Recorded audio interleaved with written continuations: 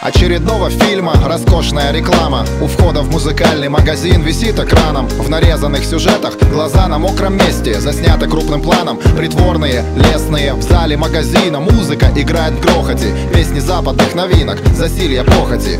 Звук тихонько растет на подходе к витринам. За спиной смолкает трейлер кинофильма. На глянцевых афишах у прилавка напротив фото женщины в полуобороте, черты лица рекламные в общей партитуре, цыганские глаза и греческие скулы. Но среди превратностей, роскоши и вздора в образе обложки случайного альбома отвешивает живопись на выступе витрины. А этого достаточно любому магазину.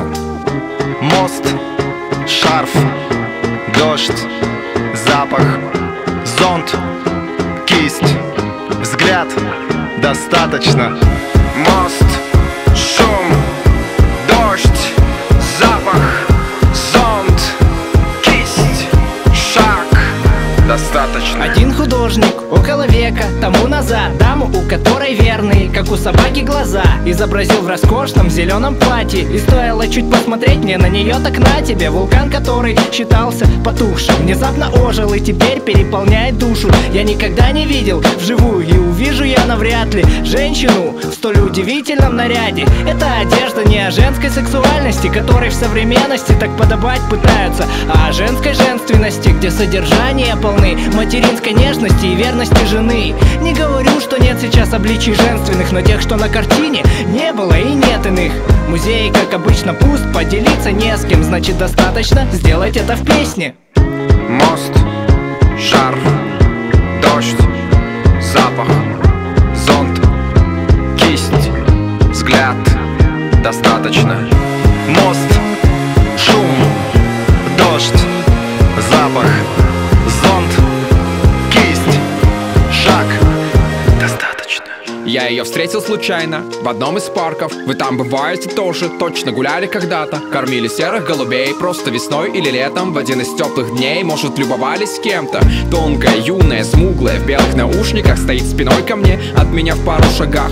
Я прикоснулся к плечам ее, хрупким и нежным. Увидел взгляд ее, тот самый, добрый, вежливый. Я спросил время, она засмеялась, и я не удержался, пусть и растерянный малость. Затем вдруг внезапно она взяла мою руку и потащила куда-то, зачем-то, почему-то. Я не узнал телефон, ее адрес, имя. Это не имело значения в контексте той картины. Осталось воспоминание чудесное, милое, и этого достаточно, чтобы быть счастливым.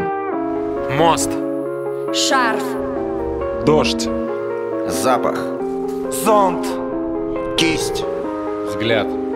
достаточно. Мост, Шум, Дождь. запах, зонт, кисть. шаг.